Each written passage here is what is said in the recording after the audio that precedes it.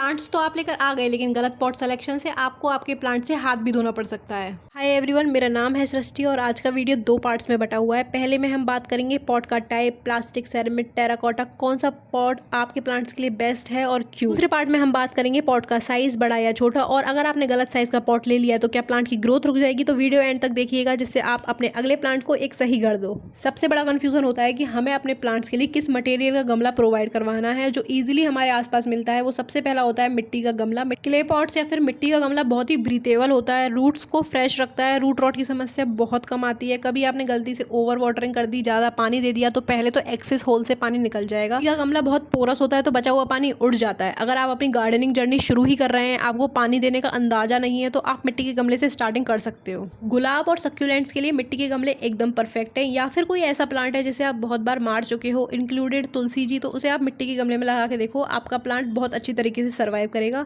इनका एक ही कौन होता है, ये बहुत ज़्यादा फ्रजाइल होते हैं, कुछ सालों बाद इनकी मिट्टी झड़ने लग जाती है, टूटने लग जाते हैं, जो देखने में बिल्कुल अच्छा नहीं लगता। नेक्स्ट होते हैं सबसे ज़्यादा मिलने वाले प्लास्टिक पॉट। लाइट वेट होते हैं, चीप होते हैं, आसानी से मिल जाते हैं, डिफरेंट कलर और शेप्स में मिलते हैं और आजकल सबसे ज़्यादा यही मार्केट में बिकते भी हैं, लेकिन इनमें होल नहीं होता। तो यूज़ करने से पहले इसमें ड्रेनेज होल ज़रूर बना ले, नहीं तो आपका प्लांट इसमें आत्महत्या कर लेगा। ये प्लास्टिक है तो इसमें क्ले पॉट्स जैसा सिस्टम नहीं होता, प्लांट्स की रूट्स को ऑक्सीजन नहीं मिल पाती है, तो आपको रेगुलर टिलिंग यानी कि गुड़ाई करनी पड़ेगी अपने प्लांट्स की। अगर आपने अच्छी क्वालिटी के प्लास्टिक पॉट्स लिए हैं तो ये जल्दी से खराब भी नहीं होंगे, बट गर्मियों के दिनों में अगर आपने डायरेक्ट धरती पर अपने पॉट्स रखे हैं तो ये बहुत जल्दी हीट ऑब्जॉर्ब करते हैं, जिससे रूट्स को दिक्कत आ सकती है। बट ये इतना बड़ा इशू नहीं है, आप स्टैंड्स पर या फिर जुगाड़ लगाकर थोड़ी ऊंचाई पर शिफ्ट कर सकते हैं। तो मुझे ज़रूर कॉमेंट करके बताएं कि आपके गार्डन में सबसे ज़्यादा किस मटेरियल के गमले हैं। नेक्स्ट आते हैं सीमेंट के गमले। हैवी होते हैं, स्ट्रॉन्ग होते हैं, हीट रेजिस्टेंट होते हैं। अगर आपको अपने घर के बाहर रखने के लिए बड़े गमले चाहिए तो आउटडोर प्लांट्स के लिए एकदम परफेक्ट है। ये वाला गमला मुझसे भी ज़्यादा पुराना है, तो आप इससे अंदाजा लगा ही सकते हैं कि इनका लाइफ साइकिल कितना अच्छा होता है। ये भी क्ले पॉट्स की तरह पोरस होते हैं, तो इनमें ओवर वाटरिंग का इशू नहीं आता है। प्लांट्स की ग्रोथ भी इनमें काफी अच्छी देखने को मिलती है, लेकिन इनमें एक ही इशू आता है, ये बहुत ज्यादा हैवी होते हैं, वेट इनका बहुत ज्यादा होता है, तो इन्हें बार बार मूव करना या फिर शिफ्ट करना बहुत ही मुश्किल हो जाता है। नेक्स्ट हमारे आते हैं सेरेमिक पॉट्स। देखने में बहुत खूबसूरत, घर के अंदर रखे हुए बहुत सुंदर लगते हैं, लेकिन अगर आपने गार्डनिंग स्टार्ट ही किया तो थोड़ा अवॉइड करें, क्योंकि इनमें ड्रेनेज का बहुत ज्यादा इशू होता है कि ना ही एक्सेस वाटर को जल्दी से बाहर निकालते हैं, ना ही इनमें मिट्टी जल्दी से सूखती है, तो इसमें रूट्स जो है वो बहुत ज्यादा सफोकेटेड फील करती हैं, इससे रूट रॉट की समस्या होती है और आपका प्लांट कब में मर जाएगा आपको अंदाजा भी नहीं लगेगा। अगर आपको सेरेमिक पॉट्स चाहिए तो आप छोटे साइज के सेरेमिक पॉट ही चूज कीजिए। एक तरीका ये भी हो सकता है कि आप अपने सेरेमिक पॉट्स के अंदर प्लास्टिक का पॉट रख के फिर गार्डनिंग कर सकते हैं, ये एक अच्छा ऑप्शन हो सकता है। मैं पर्सनली सेरेमिक पॉट इतने यूज नहीं करती हूँ। आप देखेंगे मेरे सारे सेरेमिक पॉट साइज में काफी छोटे हैं, क्योंकि इन्हें मैनेज करना आसान होता है। ये भी काफी नाजुक होते हैं, तो काफी ध्यान से इनको रखना पड़ता है। आजकल ग्रो बैग्स भी काफी ट्रेंड में है, तो इनके बारे में भी थोड़ा बहुत बता देती हूँ। अगर आप टेरेस गार्डनिंग करते हैं, वेजिटेबल गार्डनिंग करते हैं, या फिर बड़े बड़े फ्रूट्स उगाने का आपको शौक है, तो उनके लिए एकदम परफेक्ट है। लाइट वेट होते हैं, रूट्स को भी ऑक्सीजन आसानी से मिल जाता है, फोल्ड करके आप स्टोर भी कर सकते हैं, और आप नॉर्मल फूलों के प्लांट्स भी ग्रो कर सकते हैं। इन्हें भरने के लिए मिट्टी की काफी जरूरत होती है, वैसे देखा जाए ओवरऑल ये काफी अच्छे हैं। अब हम बात करेंगे पॉट साइज की। जब हम नर्सरी से प्लांट्स को लाएं तो उन्हें किस साइज के गमले में हमें लगाना चाहिए, कौन से साइज का गमला परफेक्ट होता है किस प्रकार के प्लांट्स के लिए। तो सबसे पहली कैटेगरी है हमारी सक्यूलेंट, कैक्टस और अडेनियम्स की। इनकी रूट्स बहुत ज्यादा शैलो होती है। इन सक्यूलेंट और कैक्टस के लिए बेस्ट होंगे 3 से 4 इंच के प्लांट, क्योंकि इनको जो है डेप्थ कम चाहिए होती है, लेकिन चौड़ाई ज्यादा होगी तो अच्छा होगा, जिससे कि ये जल्दी जल्दी नए बेबी प्रोड्यूस करते रहें। प्लांट्स में पानी रुकने की वजह से रूट रॉट और फंगस का बहुत ज्यादा खतरा होता है। अगर आप छोटे गमले लेंगे तो पानी जल्दी ड्रेन ऑफ होगा, मिट्टी जल्दी सूखेगी और आपका प्लांट सेफ रहेगा। आप मेरी तरह इस तरीके के बर्ड्स के पानी भरने के बर्तन आते हैं, उनमें भी सक्यूलेंट्स लगा सकते हैं। अगर आप देखेंगे तो आपके चारों तरफ कुछ ना कुछ जुगाड़ आपको मिल ही जाएगा। और अगर आप इनकी रिपोर्टिंग करेंगे तो सिर्फ एक साइज बड़ा गमला ही लेंगे। अगर आप अभी 3 इंच का ले रहे हैं तो नेक्स्ट है 4 इंच का। अब नेक्स्ट कैटेगरी आती है हमारी आउटडोर प्लांट्स की। इस कैटेगरी में मैंने फलों वाले, फूलों वाले, ऑर्नामेंटल, बेल और सब्जियों के जो प्लांट है उनको रखा है। इन प्लांटों को धूप की नीड बहुत ज्यादा होती है, तो उनकी ग्रोथ भी बहुत ज्यादा रैपिड होती है। आप नर्सरी से मैच्योर प्लांट लेके आए हैं जो नर्सरी पॉट में लगा हुआ है, या फिर काफी हेल्दी और बड़ा प्लांट है, तो उसे आप 10 से 12 इंच के गमले में शिफ्ट करेंगे। लेकिन अगर आप बेबी प्लांट लेके आए हैं जो अभी बच्चा है, या फिर आपने सीड से ग्रो किया है, या आपने वो कटिंग से ग्रो किया है, तो वो अभी प्लांट बहुत छोटा है, तो उसे आप 6 से 8 इंच के गमले में शिफ्ट कर सकते हैं। बाद में जब आपका प्लांट मैच्योर हो जाएगा तब आप उसे बड़े गमले गमले में शिफ्ट कीजिएगा। अगर आप बेवजह बड़े गमलों में अपने प्लांट्स को लगाएंगे तो दो चीज़ें होंगी, क्योंकि गमला बड़ा है तो आपको पानी ज़्यादा देना पड़ेगा, मिट्टी लेट सूखेगी तो रूट रॉट की समस्या हो सकती है। अगर आप पानी कम दोगे तो जो रूट बाउल से नीचे की मिट्टी है वो पानी ना मिलने की वजह से पत्थर बन जाएगी। इसलिए प्लांट के अकॉर्डिंग उसका साइज क्या है उसके हिसाब से ही गमला चूज करना है। अब आते हैं हम बेलों वाले प्लांट्स पर। बेल वाले प्लांट जितनी स्पीड से ऊपर ग्रोथ करते हैं उतनी ही स्पीड से नीचे, यानी कि रूट्स भी उतनी ही स्पीड से ग्रोथ करती हैं। तो मिनिमम आपको 12 से 14 इंच का गमला लेना है, जिससे आपको बार बार रिपोर्टिंग ना करनी पड़े। अब आते हैं हम फ्रूटिंग प्लांट्स पर। क्योंकि फ्रूटिंग प्लांट्स काफी बड़े पेड़ का रूप लेते हैं तो इन्हें काफी स्पेस की जरूरत होती है। तो ऐसी कंडीशन में आप मिनिमम 18 से 20 इंच का गमला या फिर ग्रो बैग लेंगे। लास्ट कैटेगरी हमारी बचती है इंडोर प्लांट्स की। इंडोर प्लांट्स आउटडोर प्लांट से अलग होते हैं। इनकी जो धूप की रिक्वायरमेंट होती है वो कम होती है। ये सेमी शेड में या फिर लो लाइट में भी आराम से चल जाते हैं। तो इनकी जो रूट्स होती हैं वो इतना जल्दी नहीं फैलती हैं जितनी आउटडोर प्लांट्स की फैलती हैं। तो इन्हें छोटे पॉट्स की जरूरत होती है। तो आप मिनिमम 6 से 8 इंच के पॉट से शुरुआत कर सकते हैं। और जब भी आप इनकी रिपोर्टिंग करेंगे तो सिर्फ एक साइज बड़ा पॉट ही लेंगे। अभी अगर आपका प्लांट 6 इंच के गमले में लगा हुआ है तो नेक्स्ट टाइम जब आप इंडोर प्लांट्स की रिपोर्टिंग करेंगे तो 7 इंच या 8 इंच का गमला ही लेंगे। इससे बड़े गमले की जरूरत इनको नहीं होती है। ये बहुत स्लो ग्रोथ करते हैं तो बेवजह इनकी रिपोर्टिंग भी नहीं करनी है। बहुत सारे प्लांट ऐसे भी होते हैं जो पहले अपनी रूट्स को पूरे गमले में फैलाते हैं, थोड़ा रूट बाउंड महसूस करते हैं, उसके बाद ऊपर ग्रोथ करते हैं। तो इसलिए आपको प्लांट की साइज के अकॉर्डिंग ही गमला चूज करना है, चाहे वो इंडोर हो, आउटडोर हो या कोई भी प्लांट हो। अगर आपको प्लांट से रिलेटेड ये इन्फॉर्मेशन पसंद आई है तो मेक श्योर आप चैनल को सब्सक्राइब करें, लाइक करें और इस वीडियो को उनके साथ शेयर करें जो बहुत ज्यादा प्लांट्स को मारते हैं। मैं आपसे मिलूंगी अपनी नेक्स्ट वीडियो में। तब तक के लिए happy gardening, rainy season enjoy करें और नए नए प्लांट्स ऐसे ही लगाते रहें।